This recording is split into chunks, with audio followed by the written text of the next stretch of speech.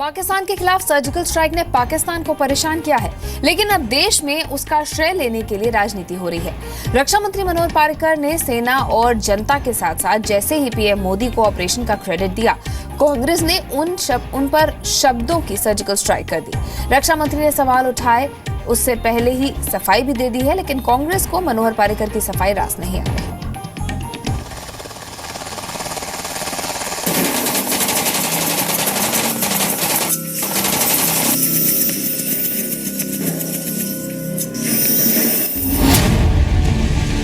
At the most, the major share goes to Prime Minister.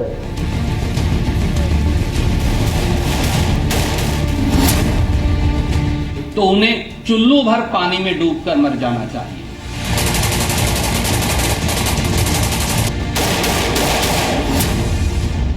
शहादत को poster boy के रूप में इस्तेमाल करके उत्तर प्रदेश में चुनाव लड़ना और जीतना चाहते हैं।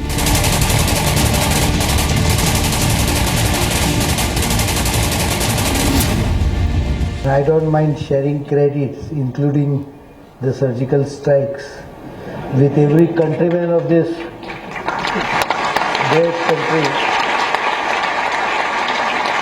because it is done by our armed forces and not by any political party.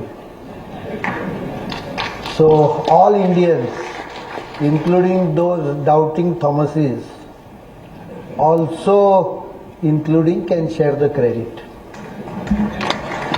One for myself, I will only share the credit. At the most, the major share goes to Prime Minister. रक्षा मंत्री मनोहर पर्रिकर के इसी बयान पर कांग्रेस को गुस्सा आ गया है। कांग्रेस ने मोदी सरकार पर सेना की कार्रवाई का सियासी फायदा उठाने का आरोप लगाया है। भारतीय जनता पार्टी और उसके रक्षा मंत्री माननीय मनोहर पर्रिकर वोट इकट्ठा करने की होड़ में और राजनीतिक रोटियां सेकने की दौड़ में इतने अंधे हो गए हैं कि उन्हें सैनिक की कुर्बानी और सैनिक की वीर गाथा उसके मायने भी मालूम नहीं चल रहे, तो उन्हें चुल्लू भर पानी में डूबकर मर जाना चाहिए। रक्षा मंत्री मनोहर पर्रिकर जब सर्जिकल स्ट्राइक के लिए पीएम मोदी की तारीफ कर रहे थे, तब उन्होंने सेना की पीठ थपथपाने में कोई कसर नहीं छोड़ी थी। उन्होंने देश की जनता को भी बधाई दी थी, लेकिन सर्जिकल स्ट्राइक का क्रेडिट प्रधानमंत्री को भी दिए जाने के उनके बयान पर कांग्रेस आग बबूला है। वो अगर देश के सैनिकों की रक्षा पर इस प्रकार से अमानवीय और क्रूर प्रकार से प्रश्न उठाएंगे, तो उन्हें चुल्लू भर पानी में डूबकर मर जाना चाहिए। पूरी देश की सेना से प्रधानमंत्री नरेंद्र मोदी जी माफी मांगे और सार्वजनिक तौर से ये प्रण लें कि वो कभी भी सेना की बलिदानी पर भारतीय जनता पार्टी और उनके नेताओं को न राजनीति करने देंगे और न नरेंद्र मोदी जी स्वयं ऐसा करेंगे। मनोहर पर्रिकर को पता था कि सर्जिकल स्ट्राइक वाले बयान पर राजनीति के हमले होंगे, इसीलिए उन्होंने अपने बयान को ठीक से समझाने की कोशिश भी की। Media people, they should take my statement as a quote that 127 crores people of this country and Indian armed forces deserves the credit of surgical strike. We don't take credit for surgical strikes, but I think everyone should realize that it is government who takes decision, and that government needs to be cheered up for the decision which it took boldly.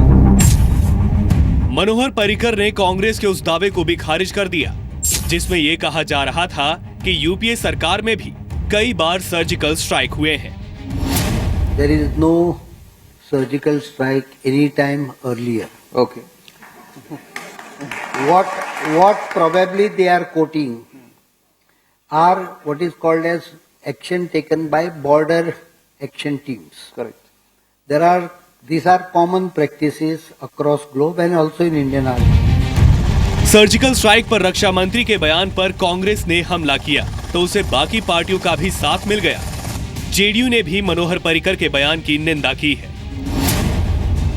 Parrikar का बयान एक स्वयंसेवक का बयान है, जो शहादत को poster boy के रूप में इस्तेमाल करके उत्तर प्रदेश में चुनाव लड़ना और जीतना चाहते हैं। ये शहीदों का अपमान है, ये उरी के शहीदों का भी अपमान है। सर्जिकल स्ट्राइक में सिर्फ और सिर्फ सैनिकों का मनोबल और उनका शौर्य काम आया है। किसी नेता का बखान करना ये राजनीतिक कारणों से। इस सियासी घमासान के बीच पूर्व डीजीएमओ विनोद भाटिया सामने आए। उन्होंने माना कि 28 सितंबर को पहली बार पाकिस्तान के खिलाफ सर्जिकल स्ट्राइक की गई थी। ये जो अभी सर्जिकल स्ट्राइक्स हुई हैं 28-29 सितंबर की रात को, ये बिल्कुल अलग है। इनका स्केल अलग है, इनके मुद्दे अलग हैं, इनका इम्पैक्ट और रेमिफिकेशन अलग है, इनका जो असर होगा वो अलग है। और जो पहले जो बोल रहे हैं जो सर्जिकल स्ट्राइक्स हुई हैं, मैं उन्हें डिटेल में नहीं जाऊंगा, लेकिन सर्जिकल स्ट्राइक्स किसी अंदाजे से सर्जिकल स्ट्राइक्स नहीं है। वो सर्जिकल स्ट्राइक तो देश के वीर जवानों ने कर दी, लेकिन अब श्रेय लूटने की होड़ उनके मनोबल पर असर डाल सकती है। रवि त्रिपाठी के साथ ब्यूरो रिपोर्ट, जी मीडिया।